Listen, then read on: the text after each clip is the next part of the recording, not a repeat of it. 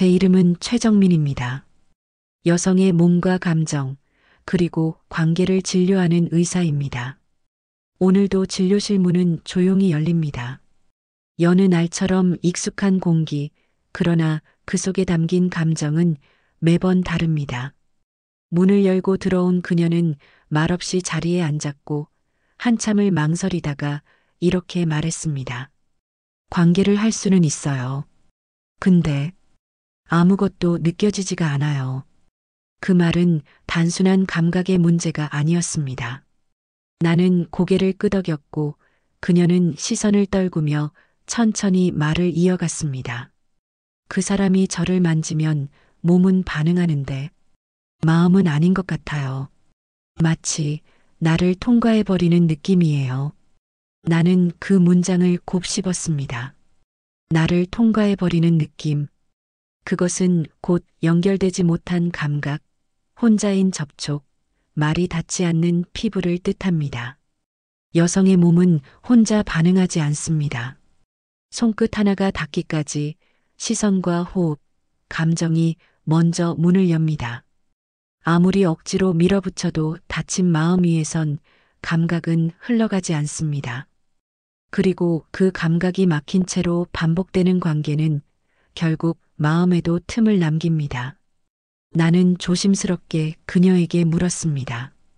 그분과 눈을 마주치며 이야기해 보신 적 있나요? 그녀는 고개를 젓고 말았습니다. 그 사람이랑은요. 부끄러워서 그런 얘긴 못하겠어요. 그런 얘기를 하는 제가 이상한 것 같고요. 그 대답은 낯설지 않았습니다. 너무 많은 여성들이 같은 말을 합니다. 몸이 아닌 마음을 이야기하는데도 허락이 필요한 것처럼 살아왔기 때문입니다. 관계는 기술이 아니라 감정입니다. 그리고 감정은 말로 만들어지지 않으면 결코 전달되지 않습니다. 진료실에서 나는 종종 이야기합니다. 감각은 혼자 느낄 수 있지만 연결은 둘이 있어야 가능한 일입니다. 그건 대화로 시작돼야 해요. 어떤 여성들은 그 말에 눈물을 흘립니다. 마치 허락받은 듯이요. 그렇게 감정이 말이 되면 몸도 반응합니다. 몸이 감정을 안아주면 그제서야 관계는 다시 살아납니다. 어느 날 50대 중반의 부부가 함께 찾아왔습니다. 그녀는 매우 조심스러웠고 남편은 무표정했습니다. 나는 먼저 아내에게 말을 건넸습니다. 요즘 어떤 감정이 가장 자주 드시나요? 그녀는 한참 침묵하다 말했습니다. 허전함이요. 같이 있어도 혼자 있는 기분이 자주 들어요. 나는 고개를 끄덕이고 이번엔 남편을 바라봤습니다. 그는 천천히 고개를 돌려 아내를 보더니 아주 작게 말했습니다. 나도요. 그 한마디는 마치 처음 내뱉는 진심 같았고 나는 그 순간을 놓치고 싶지 않았습니다. 나는 두 사람에게 감각 기록지를 나눠드렸습니다. 자신의 몸에서 어떤 접촉이 편안한지, 어디를 만졌을 때 어떤 기분이 드는지 각각 적어보라고 말했을 때 두 사람은 처음엔 멋쩍은 듯 웃었습니다. 그러나 이내 진지하게 아주 천천히 서로의 감각과 마음을 글로 적어나가기 시작했습니다. 이런 도구는 단순해 보이지만 굉장히 깊은 대화를 열어줍니다. 말로는 어렵지만 적는 것은 쉬울 수 있기 때문입니다. 그리고 무엇보다 중요한 것은 누군가가 나의 감각을 알아가려 노력할 때 우리는 그 자체만으로도 감동합니다. 여성의 몸은 예민하고 조심스럽기에 알고자 하는 태도 하나로도 반응이 달라집니다. 그것이 바로 성의학적 치료의 핵심입니다. 몸의 기능을 해결하는 것이 아니라 감정과 태도를 다시 회복하는 일. 그것은 약이나 기계가 아니라 결국 관계 안에서 가능한 일입니다. 나는 종종 이렇게 말합니다. 몸은 말보다 느립니다. 그래서 감정은 기다림 속에서 피어납니다. 빠르게 끝나는 관계, 형식적인 접촉, 목적이 앞서는 순간에는 몸도 마음도 다칩니다. 여성의 몸은 당연히 열려야 하는 것이 아니라 열어도 괜찮다는 믿음 속에서만 조금씩 반응합니다. 특히 갱년기를 지나며 몸의 변화는 더 분명하게 다가옵니다. 분비물은 줄고 점막은 예민해지며 감각은 뿌연 안개처럼 흐릿해집니다. 많은 여성들이 그 변화 앞에서 불안해합니다. 저 이제 여자로서 끝난 건가요? 라는 질문을 받을 때마다 나는 조용히 웃으며 대답합니다. 아니요, 지금부터 시작이에요. 그동안 너무 바쁘게 살아오셨잖아요. 이제야 내 몸이 무엇을 느끼는지 천천히 바라볼 수 있는 시간이 온 거예요. 감각은 기능이 아닙니다. 감각은 존재를 확인하는 방식입니다. 내가 이 접촉을 좋아하는지, 내가 지금 편안한지를 묻는 것은 단지 성적 취향이 아니라 내가 나를 어떻게 느끼는가를 묻는 질문입니다. 내가 나를 잘 느낄 수 있을 때 타인의 감각도 존중할 수 있습니다. 그래서 감각을 배우는 일은 곧 관계를 배우는 일이기도 합니다. 내가 어떤 손길에 웃음이 나고 어떤 말투에 움츠러드는지를 아는 일. 그건 평생을 살아도 끝나지 않는 공부이지만 그 시작은 언제나 가능합니다. 최근에는 남편과 함께 다시 손을 잡고 잠드는 연습을 시작한 환자도 있었습니다. 예전엔 그냥 등을 돌리고 누웠는데 요즘은요, 손끝이라도 닿아 있으면 마음이 좀 따뜻해져요. 그녀는 그렇게 말하며 웃었습니다. 나는 그 손끝의 연결이 다시 감정을 일으킬 것이라 믿습니다. 우리는 늘 무언가를 시작하기에 너무 늦었다고 생각하지만 몸과 감정은 우리보다 훨씬 느리고 너그럽습니다. 기다려주면 꼭 피어납니다. 오늘 진료가 끝난 후 창밖을 보았습니다. 잎이 진 나무가지 위로 부드러운 햇살이 스며들고 있었습니다. 감각은 그렇게 다가옵니다. 특별하지 않은 일상 속 조용하고도 분명한 온기로 여성의 몸은 기억합니다. 따뜻했던 손길, 바라보던 시선, 조용히 불리던 이름을. 그러니 우리가 감각을 다시 배우고자 한다면 그것은 단지 몸의 공부가 아니라 나와 너 사이의 연결을 다시 쓰는 연습입니다. 나는 오늘도 진료실에서 기다립니다. 말하지 못한 마음들, 잊고 지낸 감각들, 그리고 그 모든 것을 다시 회복하고자 하는 용기 있는 눈빛들을. 감각은 고유한 사랑입니다. 우리가 너무 오래 침묵했던 그러나 다시 꺼내도 되는 이야기입니다. 그녀의 이야기를 듣고 며칠 뒤 남편이 혼자 진료실을 찾아왔습니다. 의외였어요. 그는 약간 머뭇거리며 자리에 앉더니 낮은 목소리로 말했습니다. 그 사람이요.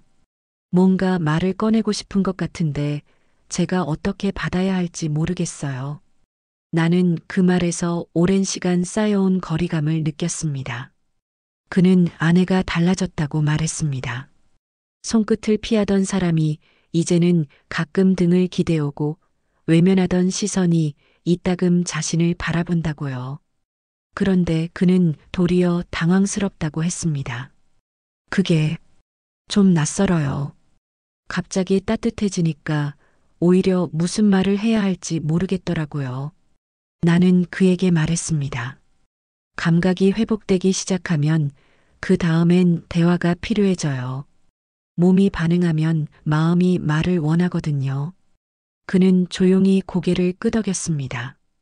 제가 어떻게 하면 좋을까요? 그 질문은 단순한 방법을 묻는 것이 아니라 함께 잘 살아가고 싶은 마음을 품은 문장이었습니다. 그래서 나는 아주 작은 숙제를 내주었습니다. 오늘 아내에게 말 한마디를 건네보세요. 내용은 중요하지 않아요. 단지 말의 톤과 눈빛이 부드러우면 됩니다. 그 숙제를 받은 그는 살짝 웃더니 조심스럽게 말했습니다. 그럼 오늘은 저녁 먹고 같이 산책 가자고 해보겠습니다. 작은 시도였습니다.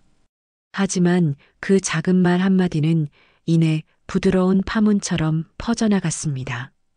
다음 진료에서 아내는 이렇게 말했습니다. 그 사람이요, 산책 가자고 했는데 왜 그게 그렇게 뭉클했는지 모르겠어요. 갑자기 오래된 마음들이 녹는 것 같았어요. 감각은 늘 접촉을 통해만 일어나는 게 아닙니다. 때로는 말 한마디, 따뜻한 눈빛, 손등을 덮는 조용한 손길 속에서 더 깊게 살아납니다. 몸은 관계를 기억합니다. 따뜻했던 날의 촉감, 미소 지으며 기다리던 표정, 말없이 건넨 한 모금의 물. 우리는 그것을 감각이라 부르지 않지만 사실 가장 오래 남는 감각입니다. 중년 이후의 여성들에게 성은 더 이상 젊은 시절의 열정이 아닙니다. 대신 그것은 감정의 교류이고 연결의 회복이며 마음이 향하는 방향입니다. 성관계가 줄어들었다고 해서 성이 사라진 것이 아닙니다. 오히려 그 시기부터가 진짜 감각의 시작일 수 있습니다. 나를 먼저 바라보고 상대를 천천히 알아가는 과정. 손끝보다 더 느린 감정들 속에서 피어나는 것. 그래서 진료실에 오는 많은 부부에게 나는 물어봅니다. 최근에 서로에게 고맙다는 말을 해보셨나요? 대부분의 대답은 침묵입니다. 말이 사라지면 마음도 멀어지고 감각도 닫힙니다. 반대로 짧은 한마디가 마음을 연다면 감각은 그 자리에서 다시 피어날 수 있습니다.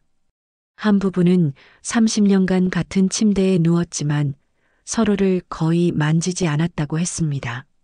아내는 말했습니다. 그 사람이 손을 댈까봐 더 잠이 안 왔어요. 남편은 말했습니다. 그 사람이 싫어할까봐 아무 말도 못했습니다. 그들은 서로를 원하지 않았던 것이 아닙니다. 다만 서로의 두려움과 미안함이 쌓여 어느 순간 몸이 아닌 마음부터 등을 돌린 것입니다. 나는 그들에게 작은 연습을 제안했습니다. 서로를 만지지 말고 그냥 바라보세요. 매일 2분만. 처음엔 어색하고 불편했다지만 한 달쯤 지나고 나서 그들은 아주 작게 손을 잡기 시작했습니다. 그날 괜찮겠냐고 먼저 물어보더라고요. 그 한마디에 그냥 눈물이 났어요. 그녀는 말했습니다. 나는 그 눈물이 어떤 의미인지 잘 알고 있습니다. 너무 오랫동안 참아온 감정, 닫고 싶었지만 표현할 수 없었던 마음, 그리고 지금에서야 비로소 허락받은 감각. 여성의 몸은 그런 눈물을 기억합니다. 단지 물리적인 접촉이 아니라 감정이 통과한 손길을 원합니다. 그 손길이 있으면 몸은 나이를 묻지 않고 반응합니다. 마치 아주 오랜 기다림 끝에 다시 숨 쉬는 듯이요. 진료실에 들어오는 환자들은 매일 다르지만 그들의 내면은 놀랍도록 닮아 있습니다. 나는 아직 괜찮을까? 이런 이야기를 해도 될까? 나만 이런가? 하는 질문들이 눈빛 속에 담겨 있습니다. 나는 그 질문들 하나하나에 조심스럽게 답합니다. 지금이 딱 좋습니다. 지금 느끼고, 지금 말하고, 지금 다시 연결하면 됩니다. 너무 늦은 나이라는 건 없습니다. 다만 너무 오래 미뤄온 감정이 있을 뿐입니다. 감각을 회복하는 일은 기술을 배우는 일이 아닙니다. 그것은 태도를 바꾸는 일입니다. 내 몸을 어떻게 바라보는가, 내 마음을 어떻게 듣는가, 그리고 그 모든 것을 상대와 어떻게 나누는가. 감각은 고요하지만 그 안에는 엄청난 힘이 있습니다. 다시 사랑하고, 다시 연결하고, 다시 살아내는 힘. 나는 오늘도 조용히 묻습니다. 당신의 감각은 지금 어디쯤 있나요?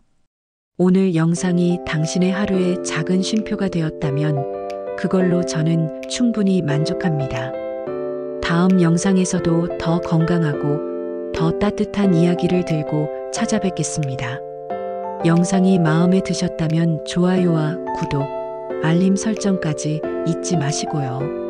다음 영상에서 더 자세한 건강 이야기를 들려드립니다. 지금 바로 영상이 좌우를 클릭해서 시청해 보세요.